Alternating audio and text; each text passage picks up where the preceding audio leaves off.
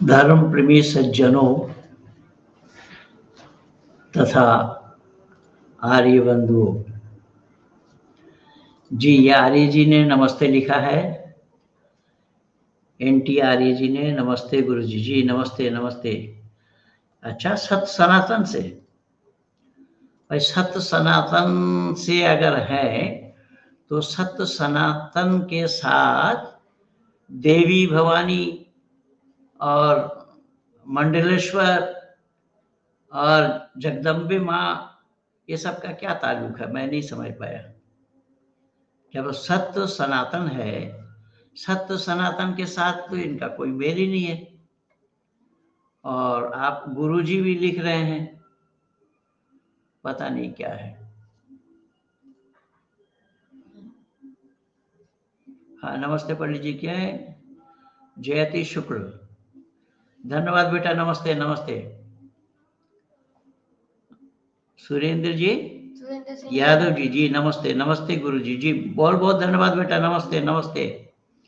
परमात्मा आप लोगों को और शक्ति दे। मैं यही चाहता हूं कि सत्य के लिए हम लोग काम करें, हमारा काम सत्य के लिए हो, सत्य को उजागर करने में हमारा समय लगे, सत्य के साथ जनमानस को जोड़ें, सत्य के साथ मानव समाज को जोड़ें, मानव समाज के सामने सत्य को उजागर करें। और इसी सत्य के लिए ये आप लोगों को भूलना नहीं चाहिए कि ऋषिवर देव दयानंद विष के हलाहल को अपने गले के नीचे उतारा था। केवल उद्देश्य क्या था? माँ बाप से लाठी नहीं बजी थी, जैसे मेरी भी नहीं बजी है। ऋषि दयानंद केवल माता पिता के लाड और प्यार को त्याग दिया था। उसका कारण क्या था? कारण असली शिव को पाना, सच्चा शिव कौन है इसे जानना। सादा चरण स्पर्श, ऐसा चरण नमस्ते पर्याप्त है बेटा। नमस्ते ही हमारा अभिवादन है, अन्य कोई अभिवादन के लिए शब्द नहीं आया है। हर हर महादेव लगाया। अब वो महादेव का हर हर होगा या हरे हरे महादेव होगा या घर घर महादेव होगा, ये तो वही जानेंगे, उन्होंने बना रखा है। लेकिन अहिंसा परमो धर्मो, धर्म हिंसा तथैव च। क्या अहिंसा परमो धर्म, अहिंसा का परिभाषा क्या है? कौन जानता है अहिंसा परिभाषा? क्या बुद्ध ने जाना, या मोहनदास करमचंद गांधी ने जाना, या हजरत ईसा मसीह ने जाना? गौतम बुद्ध ने कुमारी भट्ट को पहाड़ के ऊपर से नीचे गिराया, तो वह हिंसा नहीं था क्या? हिंसा का परिभाषा बड़ा लंबा है, हिंसा को जानना पड़ेगा। हिंसा को जाने बिना अहिंसा को अपना नहीं सकते लोग।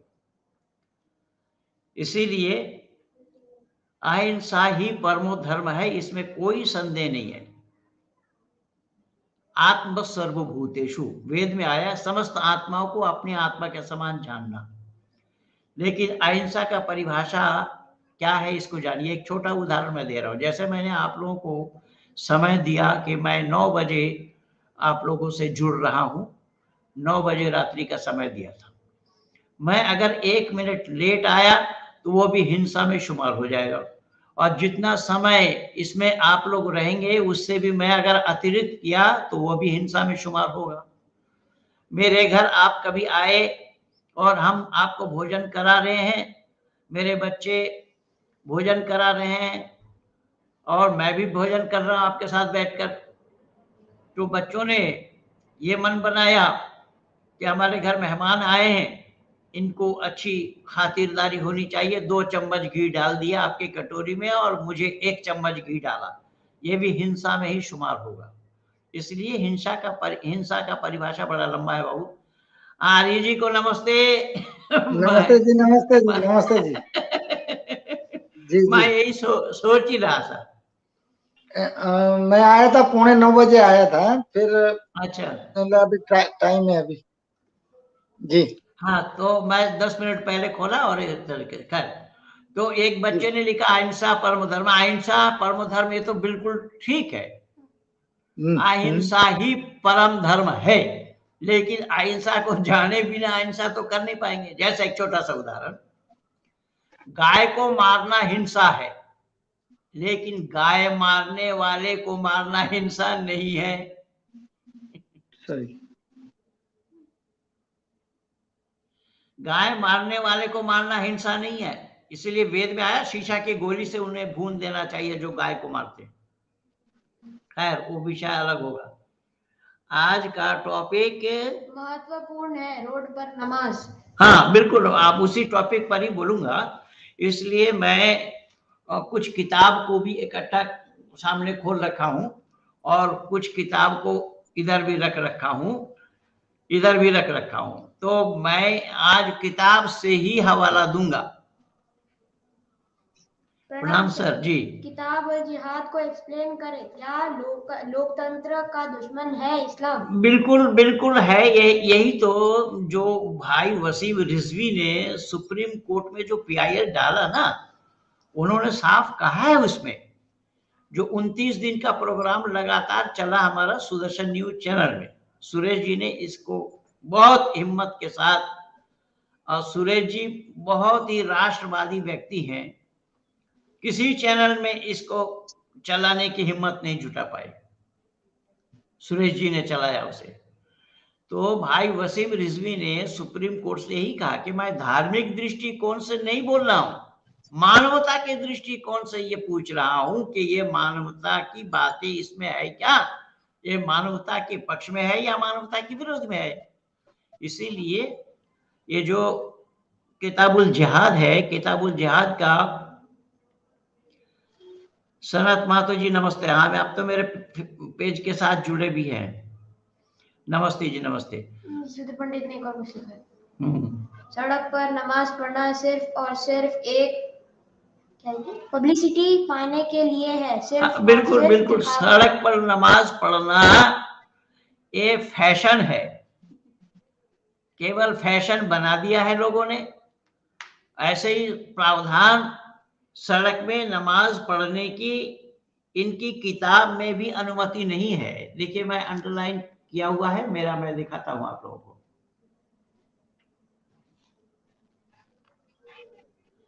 नमाज की शर्तें, कि नमाज की क्या क्या शर्तें हैं, और मैं परसों आप लोगों को लिख करके भी दिया था। तो ये नमाज में शर्तें हैं, उस जगह में नमाज पढ़ना जायज ही नहीं है, बिल्कुल हराम है, कतई हराम है। लेकिन ये लोग नमाज थोड़े ही पढ़ते हैं, ये तो नमाज पढ़ने के लिए ये तरीका नहीं। नमाज पढ़ना क्या है, अस्सलातु मिअराजुल मोमिनीन, नमाज पढ़ना क्या है कि मोमिनों के लिए मेराज है। जैसा कि हजरत मोहम्मद साहब जैसा कि शेखर जी आर्य ने लिखा है कि वसीम रिजवी ने बैंड बजा दी। खैर बैंड क्या बजाएंगे, हम लोग बैंड बजाने वालों में से नहीं हैं, वो तो बजने और बजाने वाले तो बंबई में हैं, और बंबई वाले देख रहे हैं क्या हो रहा है सब। हमारे आर्य जी भी उसी बंबई में बैठे हैं।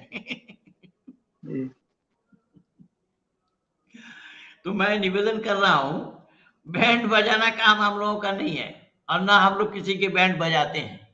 हम लोग यथार्थ चीजों को सामने उजागर करते हैं, यथार्थ चीजों को सामने उठा कर रखते हैं। पण तो काय म्हणतोय की you are in the show, everyone can see and hear you, पण कुठेतरी ते ब्राउझर काहीतरी म्हणतोय, कुठे ब्राउझर काय म्हणतोय काय पकडावं लागेल। कौन कहां से बोल रहे हैं? पाटिल साहब। तो कहने का तात्पर्य मेरा यह है जी,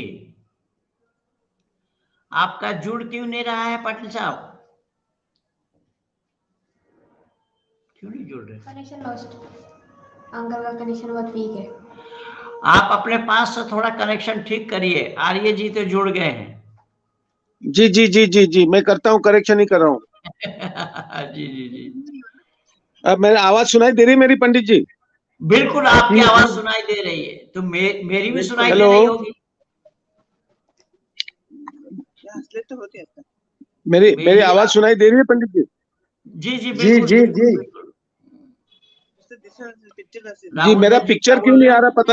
हाफिज मैं एहसान कादरी ने कहा था कि मोहम्मद ने सुलह हुदैबिया में अपना नाम खुद लिखा मेरे पर था। जय इससे तक साबित ट्राई कर। होता है कि वो पढ़ना लिखना जानते थे। ये सच है?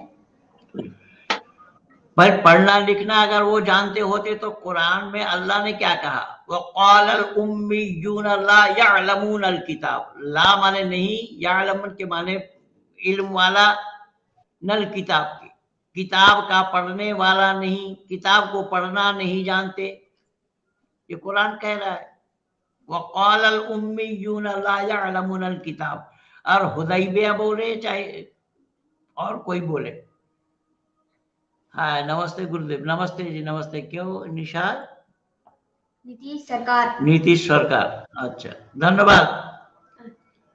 पर मनोज कुमार जी क्या लिख रहे हैं शर्मा जी? जिस तरह इस्लामी आतंकवाद दुनिया के लिए चुनौती बना हुआ है, क्या आप अब समय आ चुका है अपनी सुरक्षा स्वयं करने की? अपनी सुरक्षा स्वयं करने की समय नहीं, अपनी सुरक्षा तो हमेशा हमेशा करने के लिए है। ठीक बात ठीक बात ठीक बात। आज कोई नई बात ये नहीं आई है भाई। आपको दुश्मनों से बचाव के लिए आपको खुद को प्रिपेयर्ड होना पड़ेगा, आपको खुद को तैयार होना पड़ेगा। अपनी तैयारी आपको खुद करनी होगी। रही बात सरकार की, देखिए सरकार के साथ मजबूरी है, सरकार उससे बाहर जा नहीं सकती। सरकार के साथ मजबूरी ये है कि मुगल संतानों को देश में बसा दिया, और मुगल संतानों को देश में बसाने के बाद वही आज दूरदर्शन में बैठ करके आंखें दिखा रहे हैं कि ये देश भारत किसी का बाप का नहीं, जैसे उसके दादा का है। अबे भारत किसी का बाप का नहीं है, यह शब्द गलत है। तुम जाहिल हो, अपढ़ हो। भारत हम भारतवासियों के बाप के हैं, हिंदुओं के बाप के हैं, आर्यों के बाप के हैं। उसके लिए मैं प्रमाण लेकर के बैठा हूं, वो आऊंगा मैं उसमें, अंतिम में आ रहा हूं। आर्यों का क्यों और कैसे है, मनुष्य की उत्पत्ति कहां से हुई है, अगर उसको जान लेगा तो फिर किसका है पता लग जाएगा। मनुष्य की उत्पत्ति कहां से हुई है, अगर इसको कोई जान जाए तो फिर भारत किसका है ये जान जाएंगे। अब ये इन्हीं की किताब लिखा है। क्या घर में हथियार रखना चाहिए? क्या घर में हथियार रखना चाहिए? घर में हथियार रखे, चाहे दीवार में रखे, कहीं रखे, लाइसेंस बना करके रखिए। हथियार क्या रखेंगे? आपके पास सब्जी काटने के लिए छुरी नहीं है तो हथियार क्या रखोगे? मैं भी देख रहा हूं बाबू, आज 38वां वर्ष का मेरा पूरा हो रहा है, कल से 29वां वर्ष के लगूंगा मैं। 39 हाँ 39 में, या 30 नवंबर के हो जाएगा मेरा 39 लगना। और मैं निवेदन कर रहा हूं कि मैं भी देखा हूं, नजदीक से जाना हूं। हिंदू केवल बात बनाता है, हिंदू नाम तो कायरों का है। अब ये काली पूजा मनाने के लिए छटपटा रहे हैं, काली पूजा मनाने के लिए ये चंदा उगाई कर रहे हैं, चंदा इकट्ठा कर रहे हैं, काली पूजा मनाएंगे। और बांग्लादेश में हिंदुओं पर जो अत्याचार हुआ, आज तो पाकिस्तान में भी मंदिर तोड़ दिया। बांग्लादेश में हिंदुओं पर जो अत्याचार हुआ, पाकिस्तानी हिंदुओं पर जो अत्याचार हुआ, अरे जिस पैसे को तुम मूर्ति में लगा रहे हो, मूर्ति को मामा करके चिल्ला करके बहाओगे पानी में, यही पैसा अगर उन बेचारों को दे देते होते तो तुम्हारा जीवन सफल हो जाता, मानव कल्याण का काम होता। ये मानव का कल्याण का काम करने वाले हो तुम लोग अकल के दुश्मन हो। तुम्हें ये मालूम ही नहीं है कि सही क्या और गलत क्या है, और तुम्हारे चलते ही तो ये सारा काम हुआ है। तुम हथियार घर में रखने की बात कर रहे हो, तुम जिस देव देवी को मानते हो, कोई देव देवी का हाथ खाली है? क्या शिक्षा लिया तुमने उससे? कुछ भी नहीं लिया। और मैं बोल रहा था सरकार सरकार है या असरकार है ये तो वो जाने, उनका काम जाने, लेकिन सरकार के साथ मजबूरी होती है, सबको साथ लेकर के चलना पड़ता है। लेकिन माननीय प्रधानमंत्री जी ने एक काम खराब किया, गलत किया, खराब नहीं गलत किया बोल रहा हूं मैं। सबका साथ सबका विकास तक तो ठीक था, लेकिन सब पर विश्वास ये वेद विरुद्ध है। और वेद में आया है विश्वास करने लायक जो नहीं है उस पर विश्वास मत करो। और यही वेद का उपदेश चरितार्थ भी हुआ, महबूबा मुफ्ती पर विश्वास न करो, फिर भी तुमने किया। धोखा खाए कि नहीं खाए? और पाकिस्तान जीतने पर महबूबा मुफ्ती उधम मचा रही भारत में। यद्यपि संज्ञान में लिया है उनको, वो मैं नहीं कह रहा हूं, लेकिन ये हुआ क्या? विश्वास करने से तो हुआ है। आपने विश्वास क्यों किया? वेद में मना किया है। संगच्छद्दं संपदद्वं संबहुमानांसि जानता देवा भागं यथा पूर्वे संजानाना उपासते।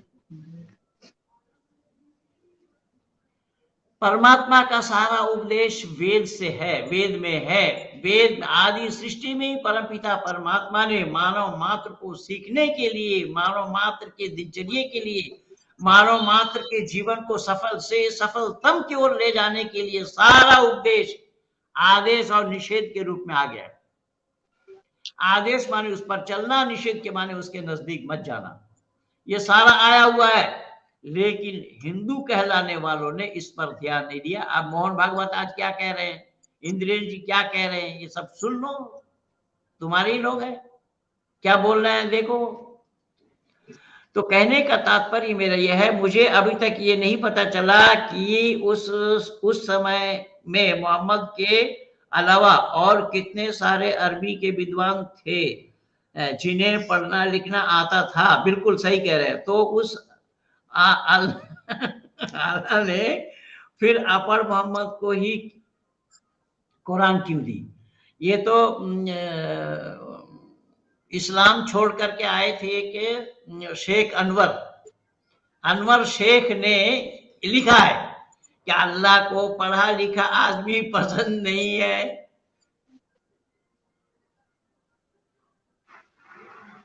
ये है। और दूसरी बात देखिए, पढ़ लिख करके लोग कलेक्टर बनते हैं, पर यहां अपढ़ कलेक्टर है।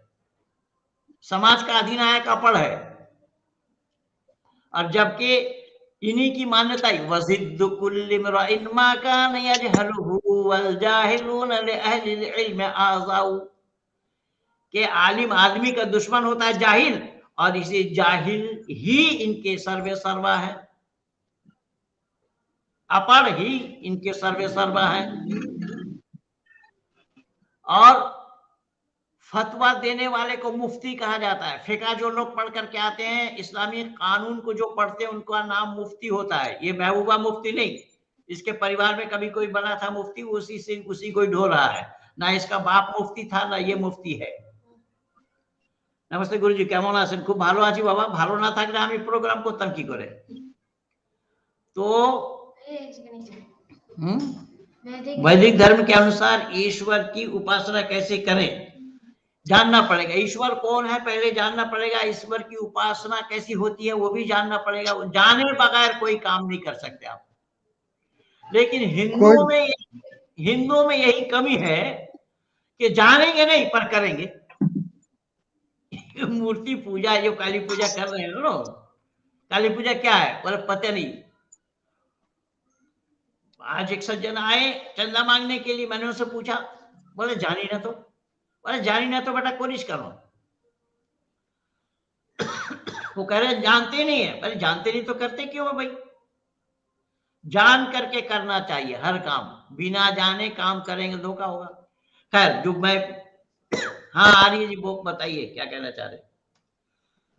सुबह जागते हैं वहां से लेकर शाम को सोते हैं, तब तक जो भी कार्य करते हैं उसको जान पहचान के ही करते हैं, किंतु एक ईश्वर का जो कार्य है उसको बिना जाने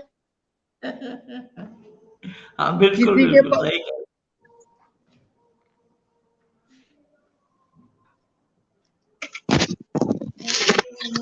ये तो कह रहे हैं, कल मैं ये शोएब जमाई को सुन रहा था एक चैनल में। शोएब जमाई ये कह रहा था कि मस्जिद में जगह होती नहीं है इसलिए बाहर पढ़ते हैं, मस्जिद में जगह नहीं होती है इसलिए बाहर पढ़ते हैं। पर इसका नियम यह है, मस्जिद में एक बार जगह नहीं होती है तो दूसरी बार जमात करो, लेकिन सड़क पे नहीं। मैं नहीं कह रहा हूं, ये किताब, ये बिल्कुल दिखावा बनावटी, इसीलिए इसको तो मैं सरल हिंदी में ये बोलूंगा, सर सीधा में गाड़ दगाबाजी में। अल्लाह के साथ इनका कोई वास्ता नहीं। नमाज पढ़ना, जब मैं बोला अस्सलातु मेराजुल मोमिनीन कहा जाता है कि नमाज क्या है कि मोमिनों के लिए मेराज है। तो जब मोमिनों के लिए मेराज है, अल्लाह से दीदार है, अल्लाह से मुलाकात है, अल्लाह से बातें करनी है, ये नमाज। तो नमाज में क्या ध्यान अल्लाह की तरफ जाता है या उठा बैठी में ही लगा रहता है? सवाल ही नहीं है। इसलिए मैं कहूंगा कि अबरू के मेहराब में नमाज वो सीधा अदा करना जायज है। ये क्या बेवकूफी की बात करता है कि तू उठता और बैठता है? अरे ध्यान एक जगह कहा जा रहा है, और यहाँ हमारे शास्त्र में बताया ध्यानम निर्विषय मनः, अपने मन को निर्विषयी बना देने का नाम ध्यान है। लेकिन ध्यान तो यहाँ लगा हुआ है, कान तक हाथ ऊंचा करना है, और किसी का हाथ इतना ऊंचा हो गया मुख से नमाज में आ जाएगा, नमाज होगी नहीं। फिर उसके बाद कान तक हाथ ऊंचा करने में यानी नियत बांधना पड़ेगा। नियत बांध करके सुब्हानक अल्लाहुम्मा व बिहम्दिका व तबारक अस्मुका व तआला जद्दुका व ला इलाहा गैरुक, ये कहना पड़ेगा। तो हाथ ये कहने, हाथ ऊंचा करने के बाद ध्यान कहाँ आया, क्या पढ़ना है हमें?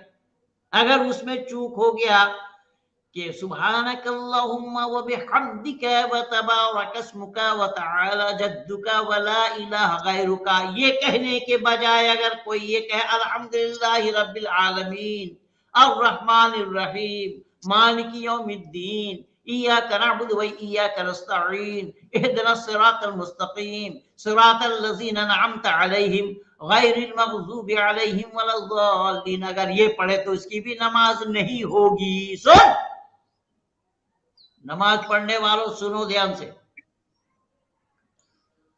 ढोंग मत करो। तमाशा अल्लाह को पसंद नहीं है, अल्लाह भी तमाशा नहीं देखते हैं।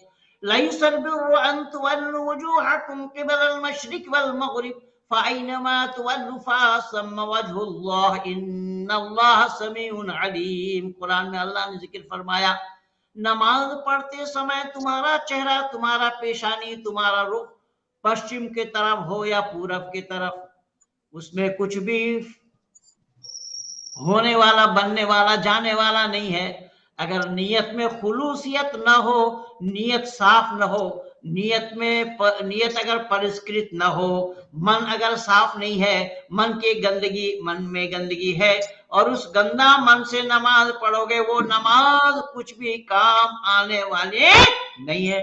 मैं नहीं कह रहा, कुरान कह रहा है। मूर्ति पूजा करने से पहले उसे प्राण प्रतिष्ठा की जाती है। बहुत सुंदर, आपके घर में माँ बाप मर जाए तो उनके प्राण प्रतिष्ठा उन पंडितों से करवा लेना। और ईश्वर जब ये संसार बना सकता है तो क्या ईश्वर जब ये संसार बना सकता है तो क्या वो मानव रूप में अवतार नहीं ले सकता? नहीं, मानव रूप में अवतार कैसे लेगा? हम और आप ये काम कर रहे हैं सिस्टम में, इस सिस्टम को रेलगाड़ी बोलिए, क्या ये सिस्टम रेलगाड़ी बन सकता है? नहीं बन सकता है। तो परमात्मा का काम सिस्टमेटिकल तरीके से होगा या बिना सिर पैर का काम हो जाएगा अल्लाह जैसा?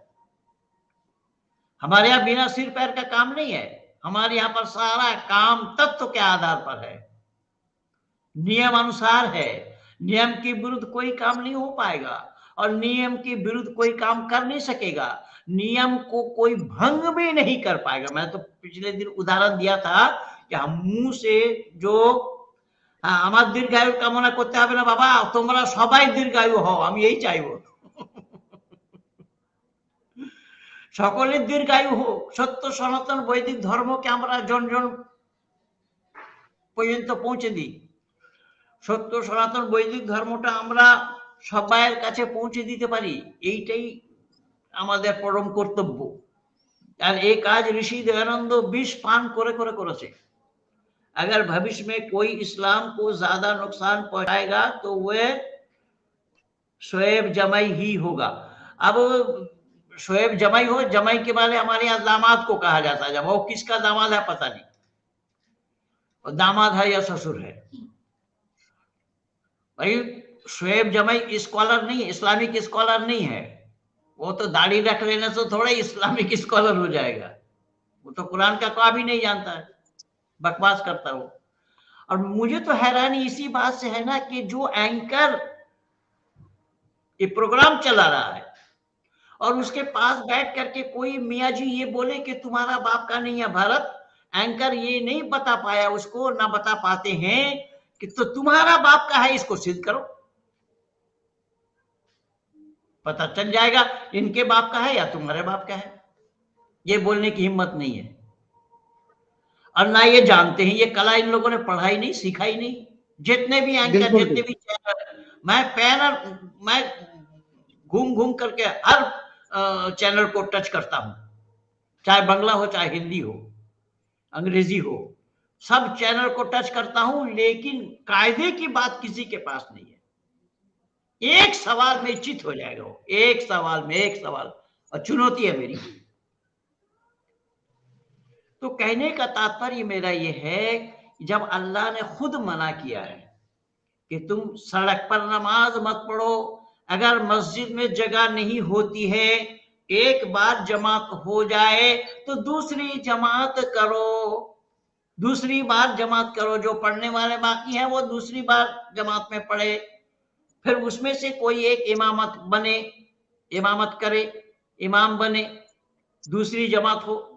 इसका मतलब ये नहीं है कि मस्जिद में जगह नहीं हो रही है तो सड़क पर जाओ। और मेरे पास उदाहरण है, मैं बहुत बार बहुत जगह देखा हूं, ईद के नमाज में बदल बदल करके कैसी पढ़ी जाती है। ईद की नमाज मस्जिद में अगर एक बार नहीं अट पाए तो दूसरी जमात होती है वहां पर, दूसरी बार वहां नमाज होती है। ये कैसा हुआ? इसलिए ये नमाज इन लोगों का नहीं है, ये तो प्रदर्शनी है, हिंदुओं को चढ़ाने के लिए ये सारा काम हो रहा है। सुन लो हिंदू, और मैं दोष देता हूं हरियाणा सरकार को कि हरियाणा सरकार ने 2018 में गुरुगांव के सेक्टर 17 में ये अनुमति क्यों दी वहां पर नमाज पढ़ने के लिए। पहली बात तो गलती अपनी है, और फिर विरोध आप जता रहे हो बाद में। जिस समय दी जा रही थी उस समय विरोध जताना चाहिए था। सड़क यानी सड़क घेर कर, सड़क छेक करके नमाज पढ़ने की अनुमति इस्लाम में नहीं है, इस्लाम में ही वर्जित है। अगर ईश्वर अवतार नहीं लिया तो गीता का ज्ञान कहां से आया? गीता का ज्ञान ईश्वर का है या कृष्ण का है? कृष्ण ईश्वर है, कृष्ण ईश्वर है तो वासुदेव कौन है? ईश्वर का बाप। अरे उल्लू पना की बात मेरे से मत करो, तुम लोग चुल्लू पर पानी में डूब मरो, तुम लोगों को सच्चाई से कोई मतलब नहीं है, सत्य के नजदीक आना नहीं चाहते हो। गीता लिखा है श्री कृष्ण ने, योगेश्वर कृष्ण ने, तो गीता लिखने से पहले पढ़ा क्या था? सदीपिनी आश्रम। अब पढ़ाई पहले है या लिखना पहले है उनका? और संदीपन जी के आश्रम में उन्होंने वेद ज्ञान लिया, वेद की पाठ पढ़ी, वेद पढ़ाई पढ़ी, और वो सुदामा भी उनके साथ था, तो वेद पढ़ करके गीता लिखा। तो गीता वेद का विरुद्ध हो सकता है? ये तो जो वेद विरुद्ध गीता इन लोगों के पास है, ये लोग बना रखे हैं, ये इनकी बनाई हुई है, ये योगेश्वर कृष्ण के बोल नहीं है, योगेश्वर कृष्ण के बताए हुए नहीं है। जहां पर योगेश्वर कृष्ण को यहाँ पर ईश्वर दिखाया है कि हमारा विराट रूप है, हम विराट रूप दिखाते हैं, ये सब बकवास है, सब कोरा झूठ है। अच्छा, छोटी सी बात एक ध्यान में रखो, जो लोग कृष्ण को ईश्वर मानते हो, तो ईश्वर को तो माता पिता बंधु सखा कहते हैं, तो क्या वासुदेव पिता कह सकते थे कृष्ण को? या देवकी कृष्ण को पिता कह सकते थे? या रुक्मणी कृष्ण को पिता कह सकते थे? यही बात राम के लिए घटा करके देखो। तो ना मालूम तुम लोग अकल से पैदल क्यों चलते हो, अकल से काम क्यों नहीं लेते? क्या कह रहे थे? तो अपने विद्वानों को बोलिए कि पंडित जी से डिबेट करने के लिए। हाँ बिल्कुल खुला मैदान है क्रांतिकारी जी, मेरा मैदान खुला है, जो कोई आना चाहे स्वागत है। स्वागत स्वागत स्वागत है। और ये काम मैं आपको एक बता दूं, और वो भाई मगरदास जी मेरे सामने बैठे इसलिए मैं बोल रहा हूं, इन्होंने सांता क्रूज आर्य समाज में ये कार्यक्रम रखा था, और सांता क्रूज आर्य समाज में जो मेट्रो स्टेशन सामने ही है, वहां पर बड़े बड़े अक्षरों में बैनर लगा दिया था, लेकिन कोई भी चेहरा दिखाने के लिए नहीं आया। मैं मुंह पे बोला, पूछो। सही, बिल्कुल सही। और ये सारा कार्यक्रम इन्हीं का कराया हुआ था। बल्कि वहां पर एक आर्य समाज के सन्यासी पहुंचे थे, मैं उनको झोला ढोने वाला बताया था। और क्या क्या मैं बताऊं, मैं नाम लेना नहीं चाहता। কোরআন আপনার মতো কোনো ইসলামিক স্কলার পড়তে পারবে না, না এটা ভুল কথা বাবু। অনেক ইসলামিক স্কলার আছে যারা পড়তে পারে, আমিও শিখেছি কারোর কাছ থেকে, আমিও তো শিখেছি না। ये लिख रहे हैं कि आप जैसा कोई इस्लामिक स्कॉलर भी कुरान नहीं पढ़ सकता, पर ये सच नहीं है। मैं भी तो किसी से सीखा हूं, इस्लामिक स्कॉलर से ही सीखा हूं, पर है परमात्मा की कृपा है कि मैं थोड़ा सा बोल लेता हूं, इतना अभ्यास है। तो मैं ये निवेदन कर रहा हूं। हाँ, फिर राहुल जी क्या लिख रहे हैं? हाफिज एहसान कादरी ने उम्मी का जो अर्थ बताया, क्या वो सही है? उसने उम्मी का अर्थ बताया जो किसी से नहीं पढ़ा, सिर्फ अल्लाह से पढ़ा। ये तो और फेरे में पड़ जाएगा, कादरी हो या दादरी हो, ये और फेरे में पड़ जाएगा। अल्लाह ने पढ़ाया तो इसका मतलब ये हुआ क्या अल्लाह अध्यापक है, अल्लाह टीचर है? अल्लाह नहीं है। कोई अध्यापक होगा पढ़ाने वाला, कोई मास्टर होगा पढ़ाने वाला, दुनिया चलाने वाला नहीं हो पाएगा। ये कादरी की कुदरत खुल जाएगी, आए ना सामने। कादरी आए, चाहे कादरी का बाप आए, कोई भी आए, मैं तो स्वागत कर रहा हूं। तो मैंने निवेदन किया कि नमाज सड़क पे सरासर मना है। यहां पर साफ लिखा है कि नमाज पढ़नी हो तो पाक होनी चाहिए, जगह पाक होनी चाहिए, जगह पाक होनी चाहिए। जगह अगर नापाक है और सड़क का पाक होने का कोई सवाल ही नहीं होता। ये बोलेंगे हम मुसल्ला बिछा लेंगे, कपड़ा बिछा लेंगे, कपड़ा बिछाने से वो कपड़ा तो गंदगी पर ही बिछा रहे हो तुम। जब तुम पत्थर मारकर उसको शैतान समझकर पत्थर मार रहे हो, शैतान है नहीं, तो गंदगी पर कपड़ा बिछा रहे हो, तो कपड़ा गंदा नहीं हो रहा है क्या? और फिर संग आसमत को बोसा में लगा नहीं पाते, वहां पर कपड़ा फेंक देते, कपड़ा छुआ देता है उसमें, और कपड़ा को जो पकड़ते जाते वो सब बता रहे हैं सबका बोसा लगाना हो रहा है संग आसमत का। अरे इससे बड़ा ब्लाइंडनेस, अंधकार और कहाँ है? इससे बड़ा अंधानुकरण और कहाँ है? व्यक्ति पूजा के सिवा इस्लाम में क्या है? ईसाईयत व्यक्ति पूजा और इस्लाम व्यक्ति पूजा है। व्यक्ति पूजा के सिवा कुछ नहीं है। जो हज करने के लिए जाते, जिस रास्ते से गए उस रास्ते से जाना, जिस रास्ते से आए उस रास्ते पे आना, ये व्यक्ति पूजा नहीं तो और क्या है? जो जो किया वहां पर वही करना। इन्ना सफा वल मरवा मिन शाइरिल्लाह फमन हज्जल बैत अव तमर फला जुनाह अलैहि अन यतवफ बिहिमा वमन ततव्वा खैरन फइन्नल्लाह शाकिरुन अलीम। सफा और मरवा पहाड़ों के बीच में 7 बार दौड़ लगाना। इस समय वहां हर जगह नल लगा हुआ है, पानी की व्यवस्था सब जगह है, लेकिन फिर भी सफा और मरवा पहाड़ों के बीच में 7 बार दौड़ लगाने के बाद आबे जमजम पानी को उठाकर पिया जाता है। खाली पीते नहीं है, लाते भी हैं। और नीचे कीजिए ना भगवान देख तो कहने का तात्पर्य मेरा ये है, कथाकारों ने हिंदुओं को बुद्धिहीन बना दिया है। उनके तर्कों को सुनकर बहुत हंसी आती है पंडित जी। मैं बहुत कोशिश करता हूं कि कोई हिंदू कथाकार या तथाकथित धर्म गुरु आपसे शास्त्रार्थ करे, तुरंत करें, परंतु ये आगे नहीं आते। ये आगे आएंगे कहां से? ये आगे आएंगे, इनकी दुकानदारी बंद हो जाएगी बाबू। ये आगे नहीं है। सच के साथ कोई टीका है क्या? सच के सामने कोई टीका है?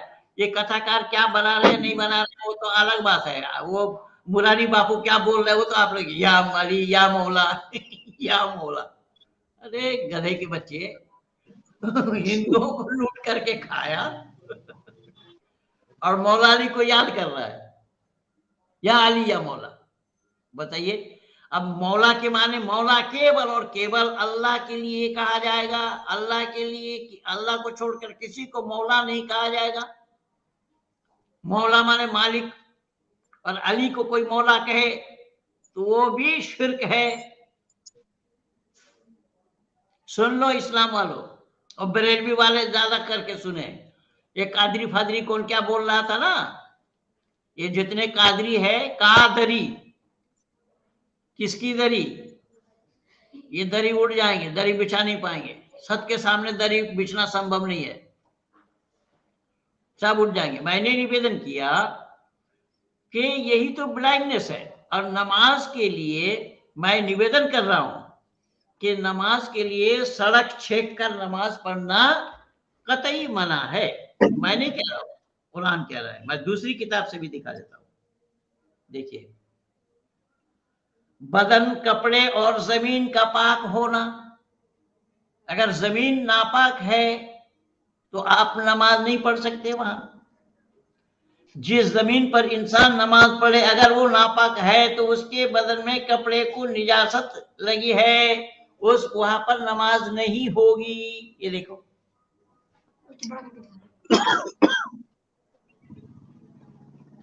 मैं नहीं कह रहा हूं, मैं तो बोला था इन्हीं के किताब से ही सारा हवाला दूंगा मैं।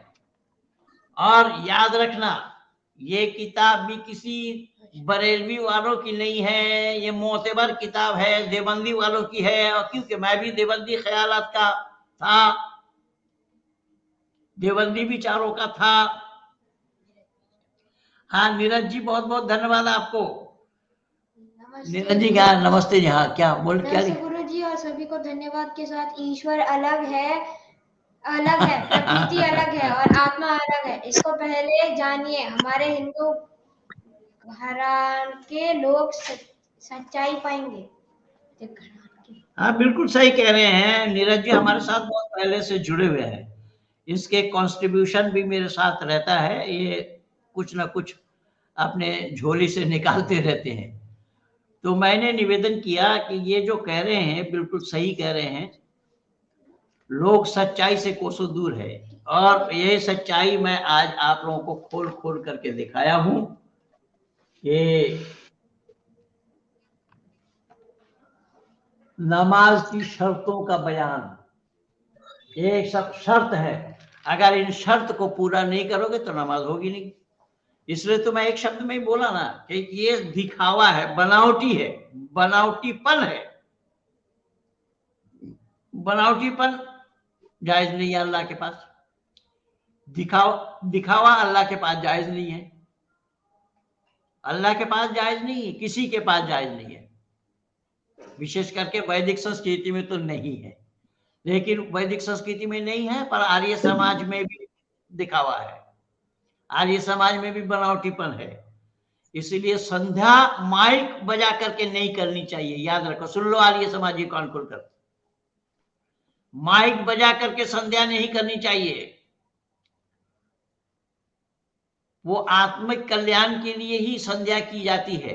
19 मंत्र है, 19 मंत्रों का पाठ मन की शुद्धि, तन की शुद्धि, जगह की शुद्धि। वहां पर भी यही बात है, जो बात यहाँ कुरान, यहाँ इस्लामी किताब में लिखी हुई है, वहां हमारे यहाँ पर भी बात हुई है।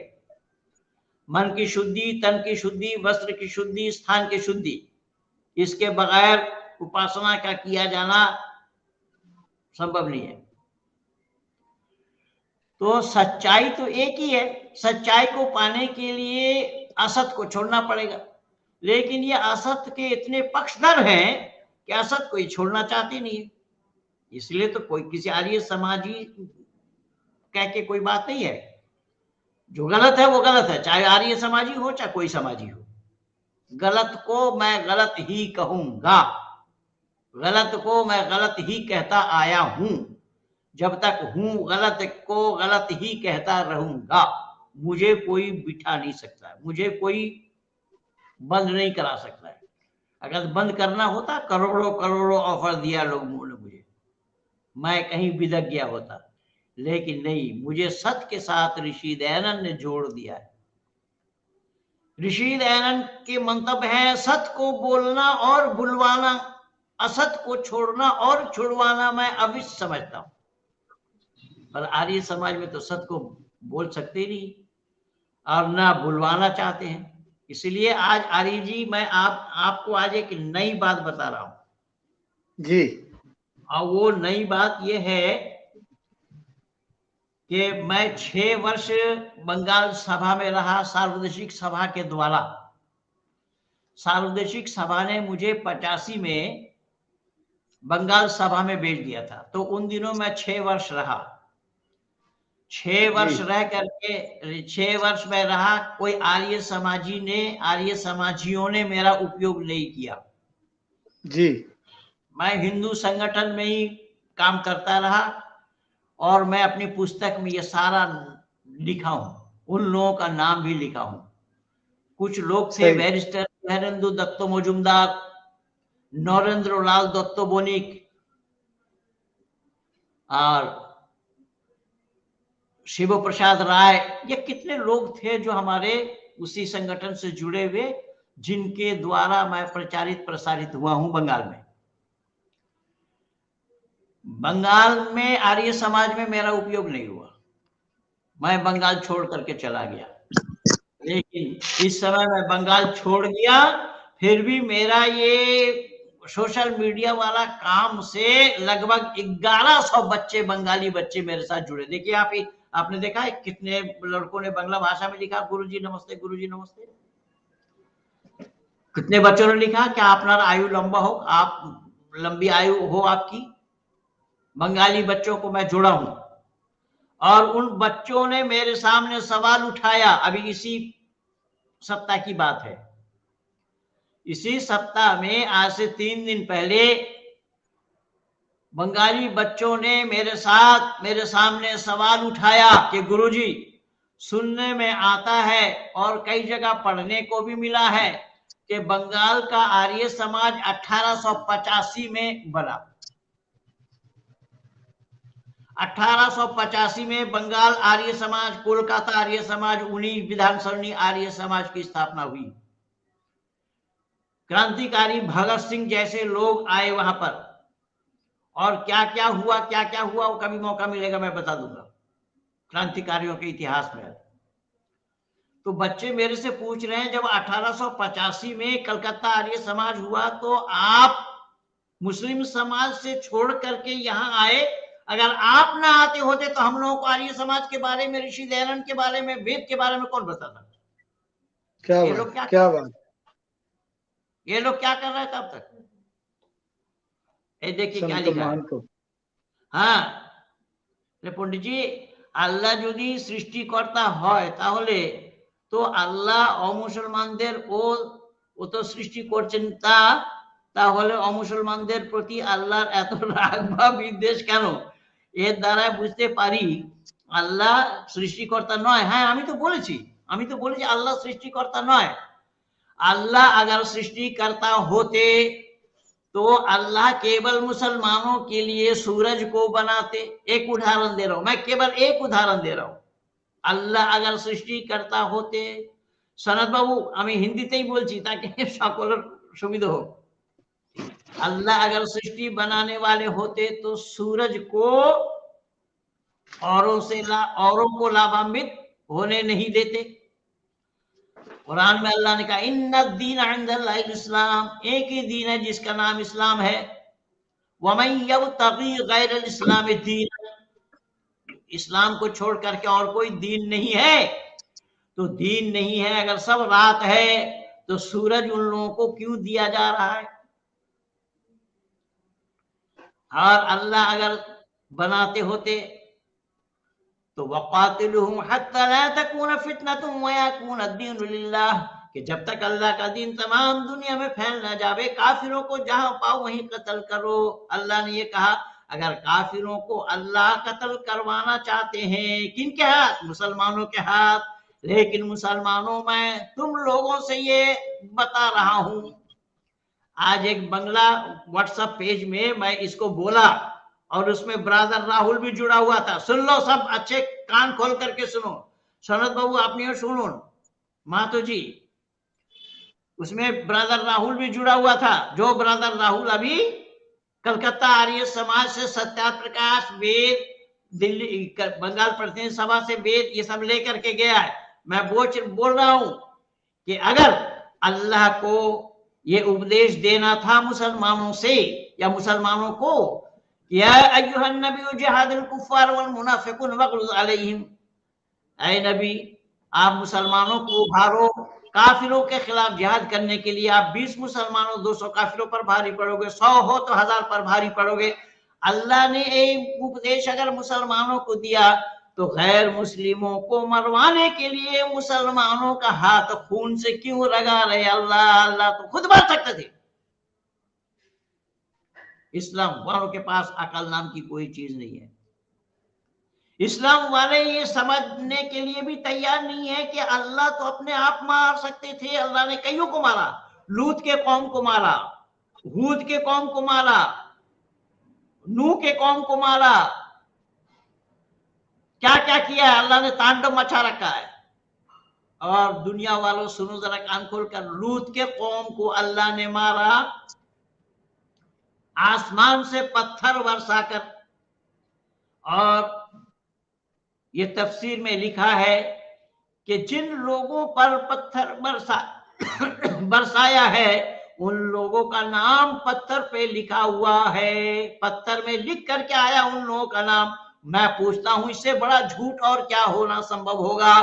पत्थर अगर ऊपर से नाम लिख करके आया, पहले तो ये बता के नाम किस भाषा में लिखा गया, वो भाषा कब बनी, कहां बनी, अक्षर बता पहले।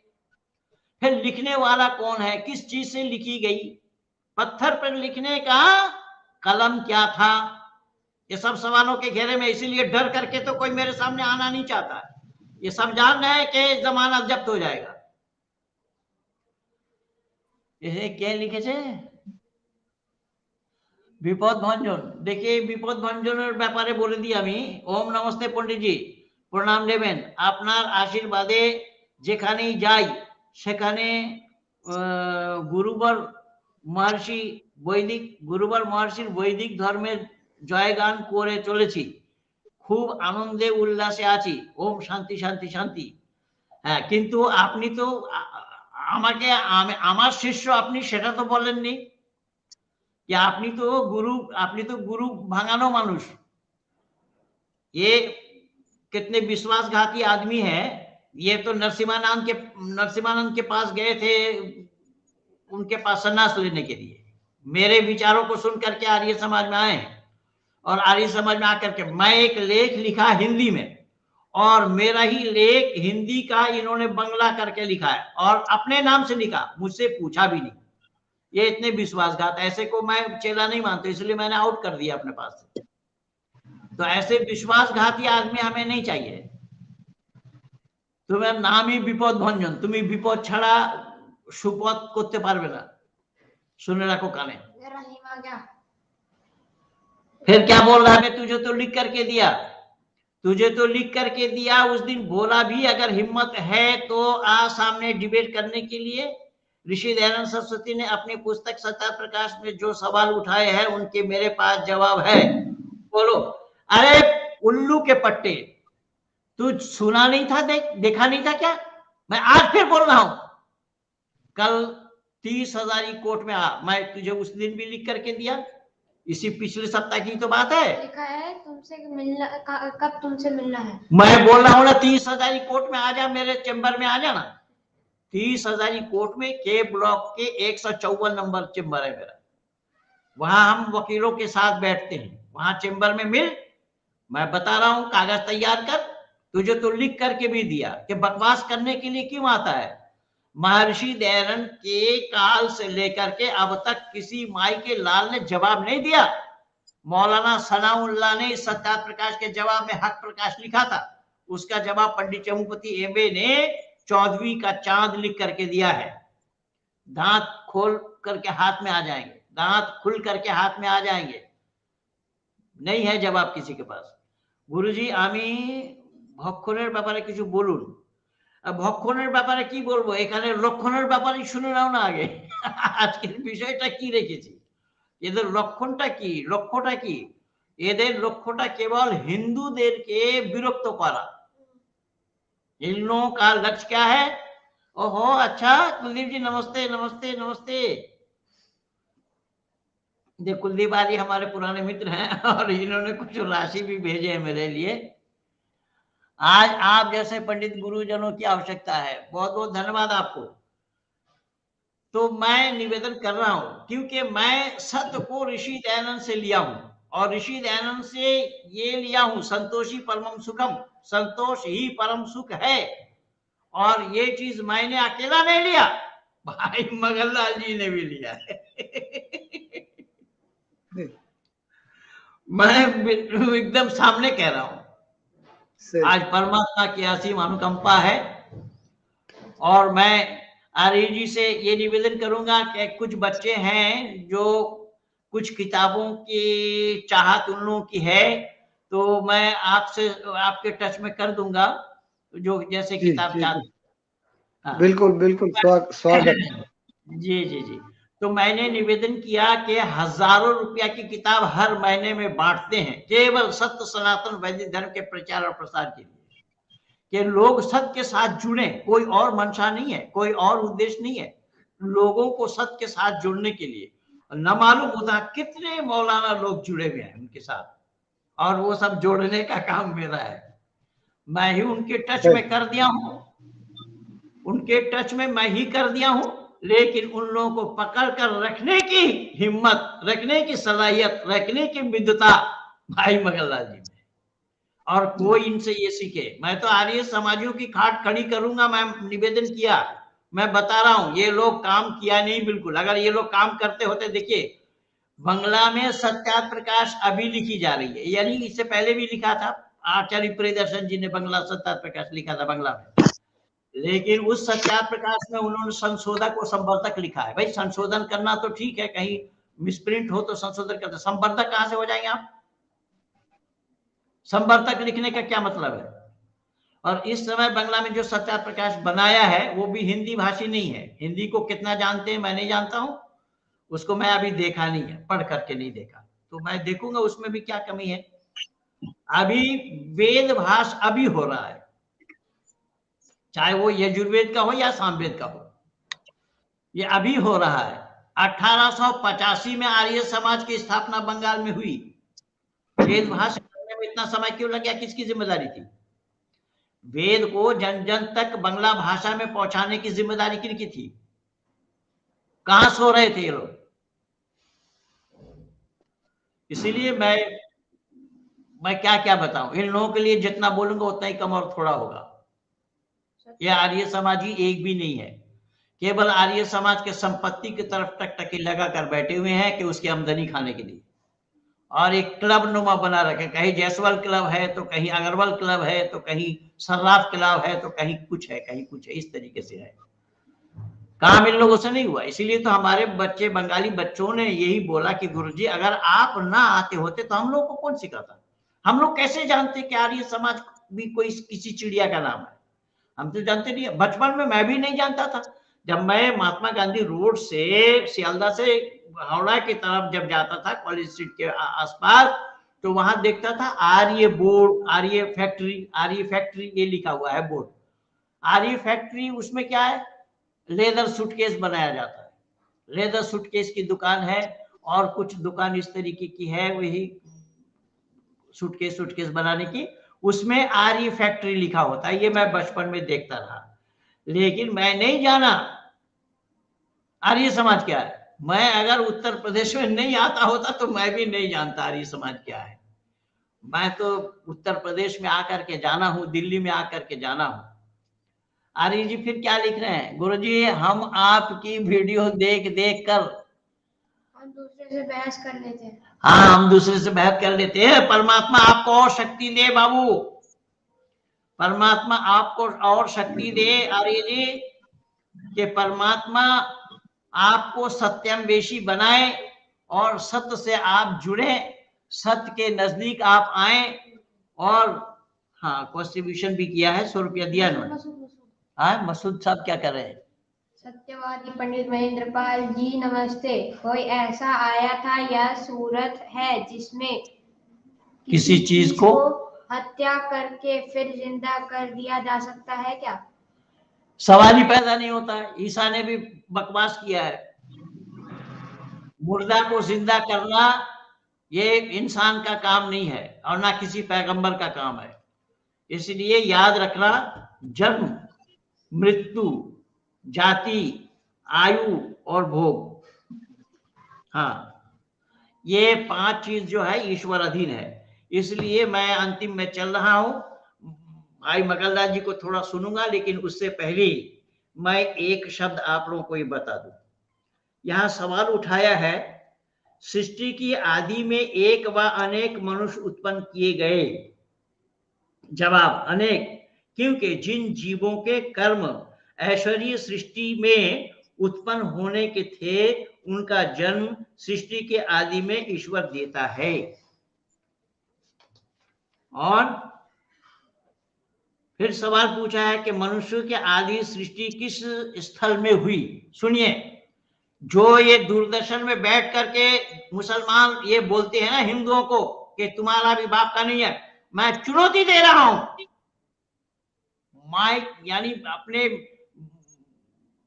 वीडियो के माध्यम से चुनौती दे रहा हूं। ये आपके बंबई वाला सपा नेता भी बोला था एक बार,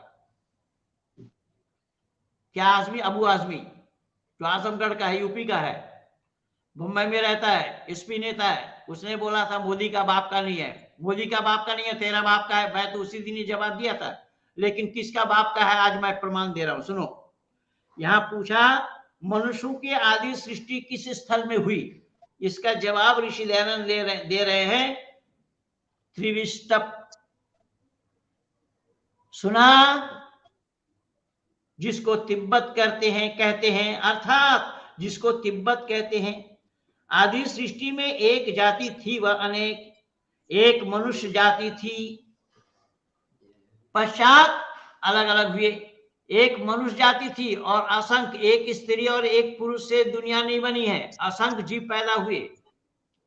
इसलिए जो लोग ये कहते हैं हिंदुओं को कि तुम्हारा बाप का नहीं है, सुन लो कान खोल करके, तुम्हारा भी 14 खानदान का नहीं है। ये भारत हिंदुओं के बाप का है, आर्यों के बाप का है। इस देश का नाम आर्यवर्त है। लेकिन कुछ मूर्ख जनों के द्वारा ये प्रचार हुआ है, आर्य लोग विदेश से आए। ये त्रिपिटक से यहां तक आने के लिए ये विदेशी माना, जबकि त्रिपिटक इसी भारत में ही है, तिब्बत इसी भारत में ही है। और अभी अभी माननीय प्रधानमंत्री जी ने उस 4 एंगल किस तरीके से बांटा, वो तो सबके सामने है। इसलिए मैं निवेदन कर रहा हूं कि तिब्बत से यहां तक आने के लिए इन्होंने विदेशी लिखा। ये तो वो चापलूस पंडित कहलाने वाला, उसने भी लिखा डिस्कवरी ऑफ इंडिया में।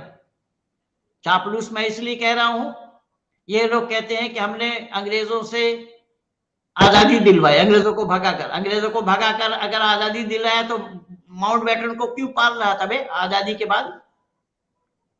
लेडी माउंटबेटन को लेकर के रंगून में घूम क्यों रहे थे कौन? अब वो पंडित कह रहा है कि मैं लिखने पढ़ने में अंग्रेज हूं, रहन सहन में हिंदू, ये रहन सहन में अंग्रेज हूं, और खान पान में मैं मुसलमान हूं, और एक्सीडेंटल हिंदू दुर्भाग्य से हूं। और वो कह रहा है कि डिस्कवरी ऑफ इंडिया में कि ये लोग विदेश से आए। दिल्ली यूनिवर्सिटी के कई प्रोफेसरों ने इसका प्रमाण दिया है आज से कई वर्ष पहले, कि आर्य लोग इस देश के मूल निवासी हैं। इस देश का नाम आर्यवर्त था, है और रहेगा।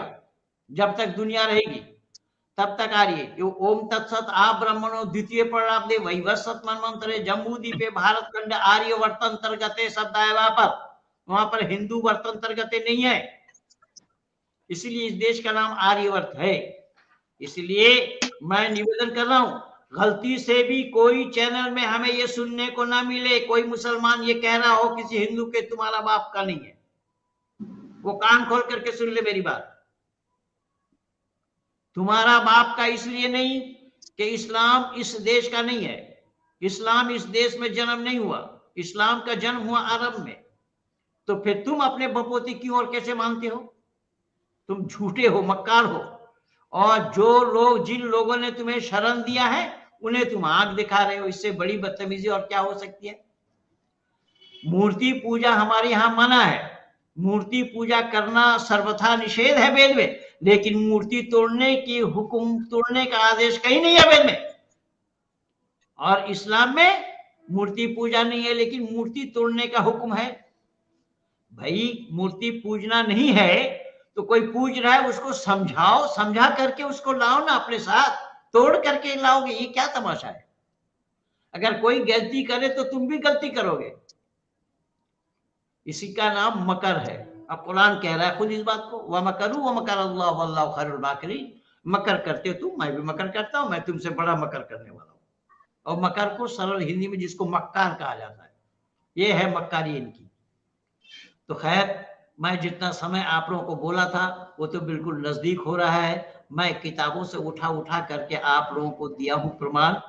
अब मैं भाई मगललाल जी से विनती करूंगा कि आप भी हमारे इस कार्यक्रम को सफल बनाने के लिए अपनी मन की बात रखें। धन्यवाद। नमस्ते पंडित जी। जी जी नमस्ते नमस्ते जी, यहाँ बिलाल अहमद साहब कह रहे हैं और तुम्हारा धर्म में यह है कि दूसरे धर्म को उल्टा सीधा बोले। अबे दूसरा धर्म कहाँ है? जी जी, उसको सिद्ध वहीं कर पे जी जी जी। तो पहली बात तो ये होती है कि धर्म एक ही होता है, धर्म प्रत्येक के लिए भिन्न भिन्न नहीं होता है। और रही बात उल्टे सीधे की,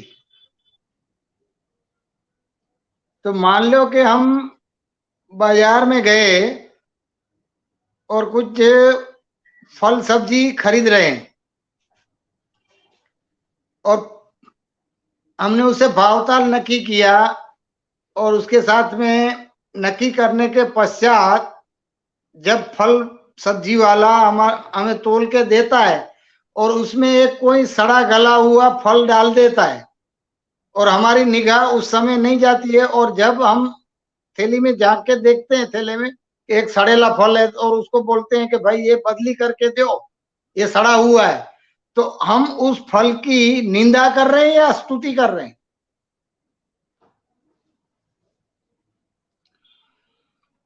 पहली बात तो इसे, ये बिलाल है या बिड़ाल है, ये बिड़ाल झूठ बोल रहा है। झूठ मैं नहीं, आजा, अगर दम है अपने बाप से पैदा हुआ तो आजा सामने। मैं पहले भी बोला था तुझे और आज भी बोल रहा हूं। ये जो बोल रहा है ना कि उल्टा सीधा, उल्टा सीधा शब्द ही गलत है। उल्टा होगा तो उल्टा ही रहेगा, उल्टा सीधा नहीं होगा। जो सीधा होगा वो सीधा रहेगा, वो उल्टा नहीं होगा। ये गधे है, गधे। तो जो वस्तु जैसी होगी उसको वैसा कहना, ये उल्टा सीधा कहां से हुआ?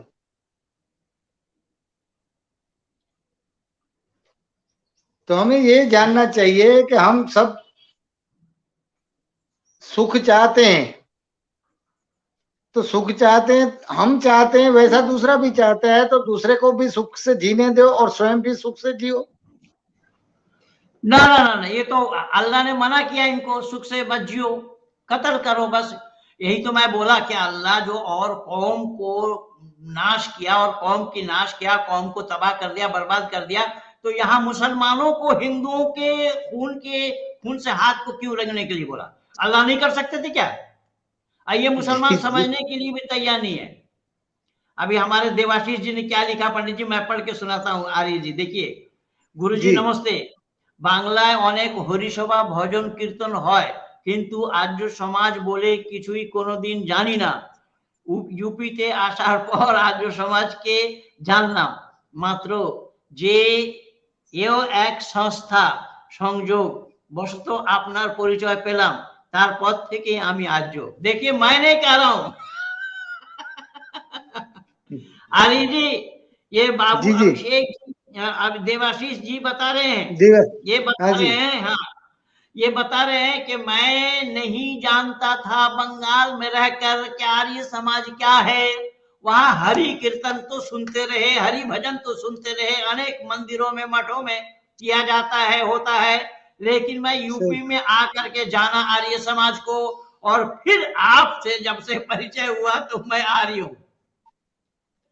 ও বঙ্গীয় আর্য প্রতিনিধি সভা আর বঙ্গীয় আর্য সমাজের লোকেরা শুনে নাও কান খুলে। 19 নম্বর বিধান সরণি আর্য সমাজের লোকেরা শোনো কান খুলে কি হচ্ছে। আজ পশ্চিমবঙ্গের লোকেরা কি বলছে সেটা শোনো।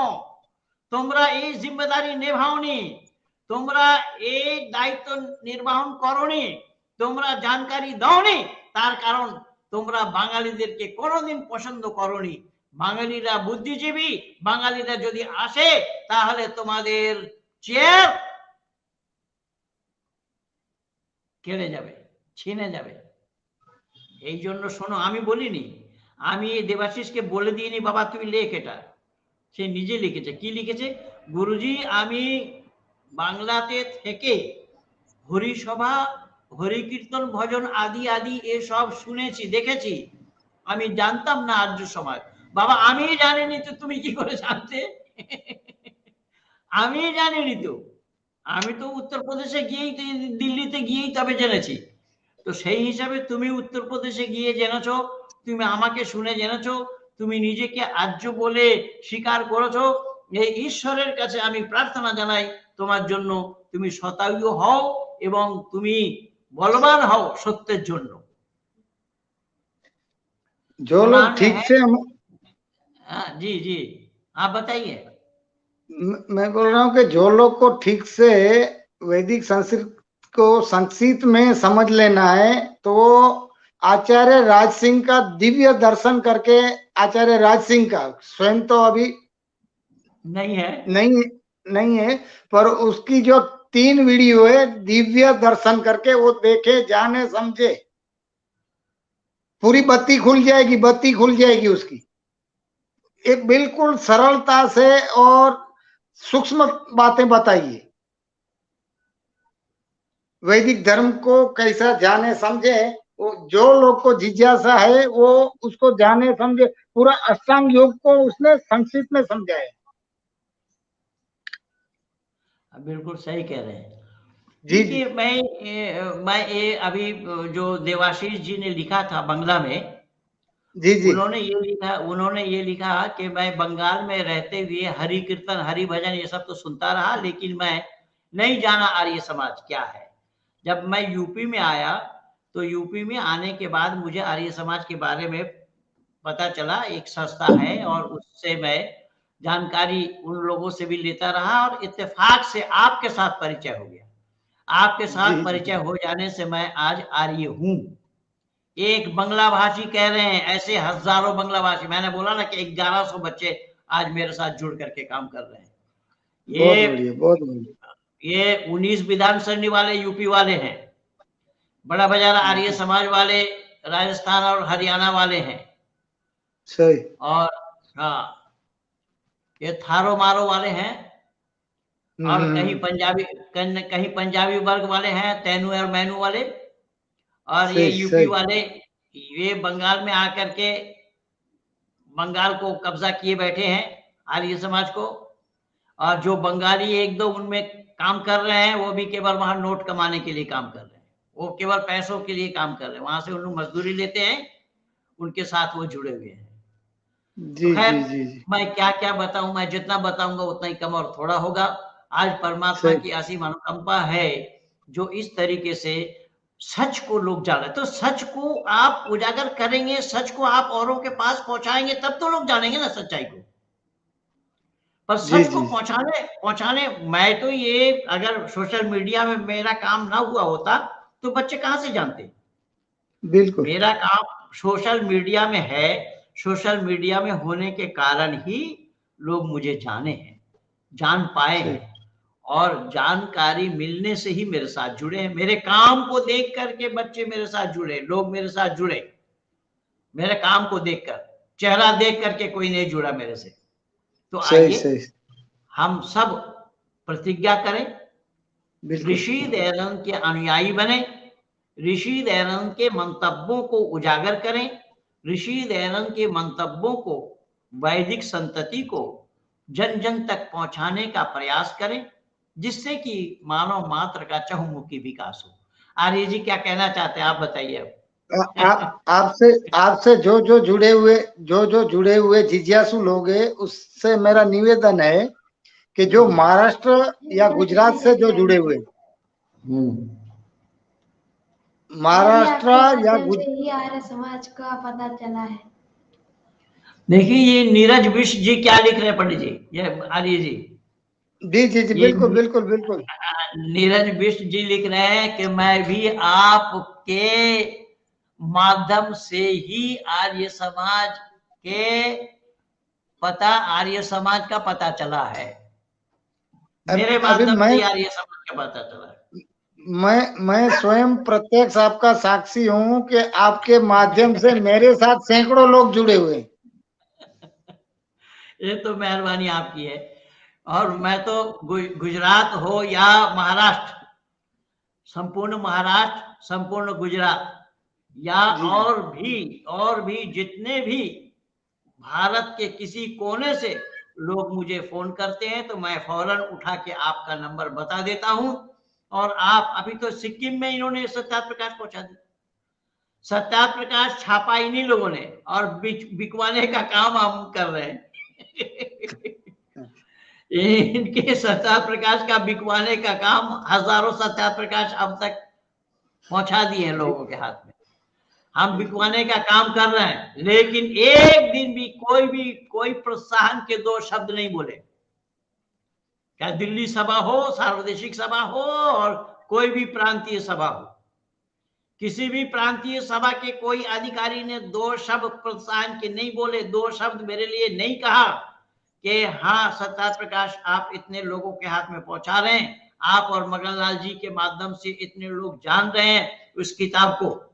आज तक किसी ने नहीं बोला।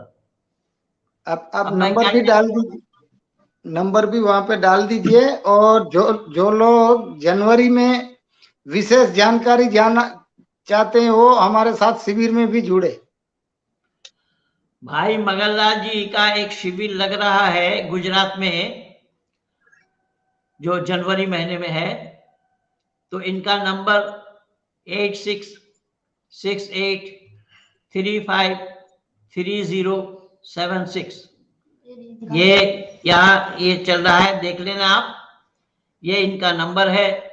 जिन भाई बहन को वैदिक साहित्य चाहिए, इनसे इस नंबर पे संपर्क कर सकते हैं।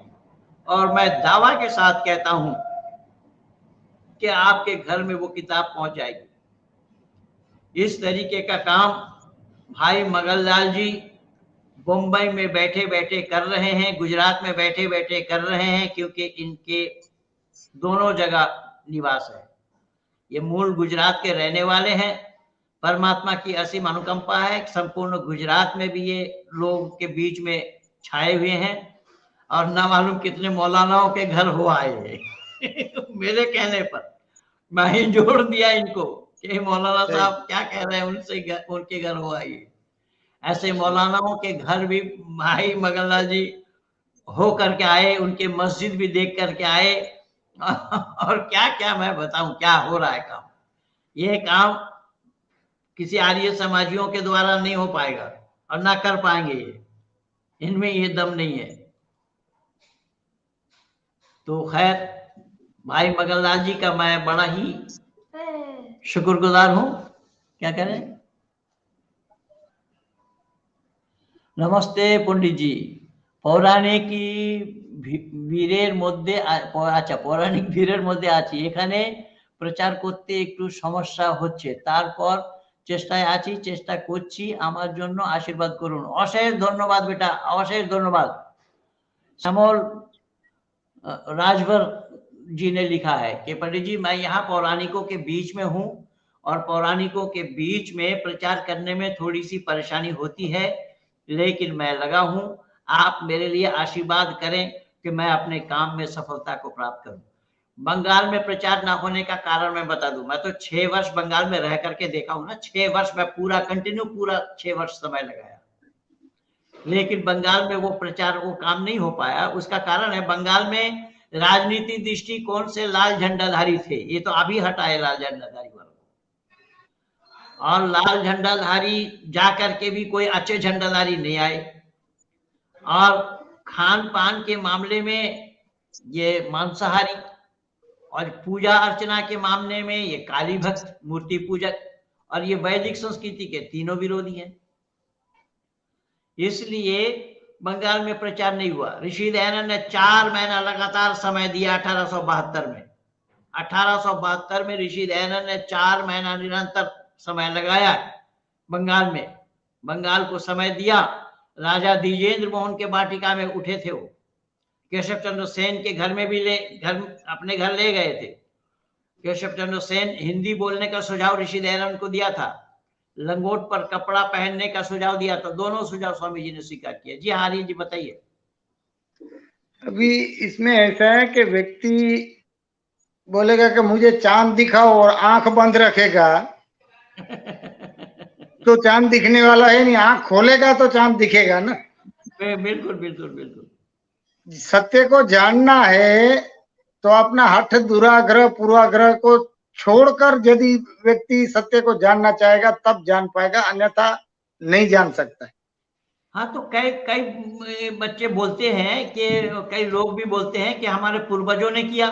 भाई पूर्वजों ने किया तो आप करेंगे, इसका मतलब ये हुआ हमारे दादाजी जो थे वो अंधे थे और बाप जो है वो काना है।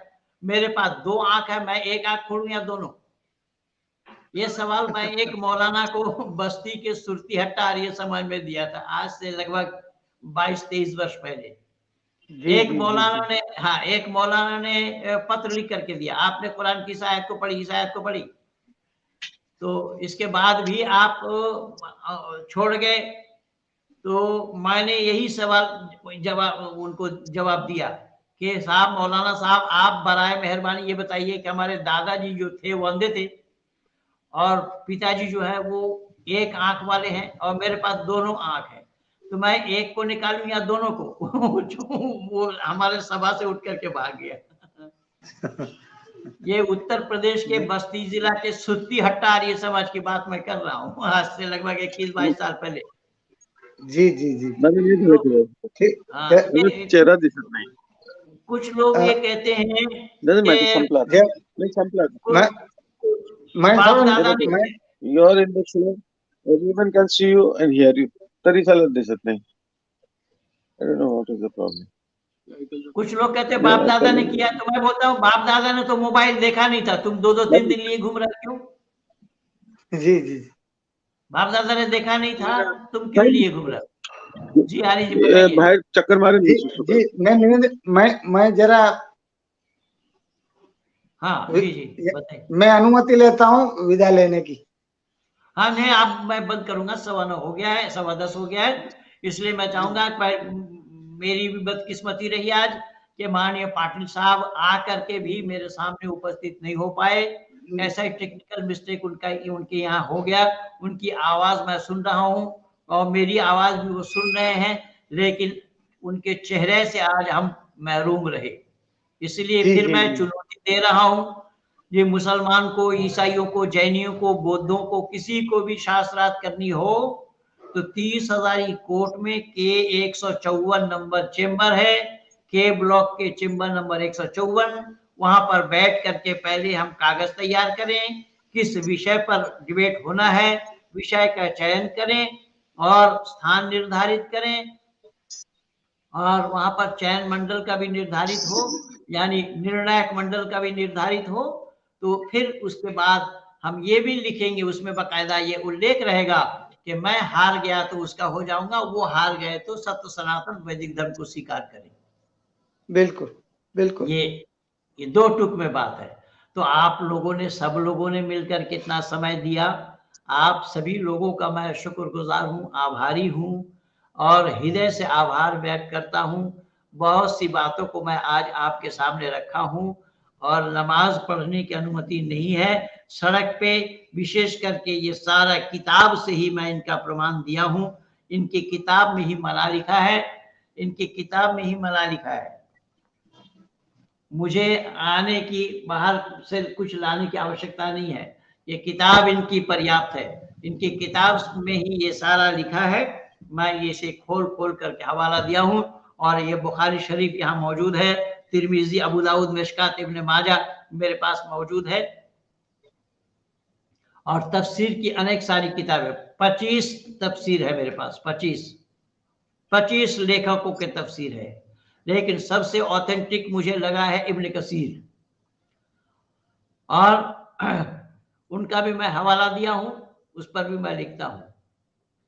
बंगाल के हिंदू सनातन धर्म को राजनीति के भेंट चढ़ा चुके हैं। बिल्कुल सही कह रहे हैं बाबूजी। ये कौन है? जितेंद्र जी, जितेंद्र कुमार जी, बिल्कुल वकील साहब, बिल्कुल सही कह रहे हैं आप। और इन्होंने सत्य सनातन वैदिक धर्म को राजनीति की भेंट चढ़ा दी।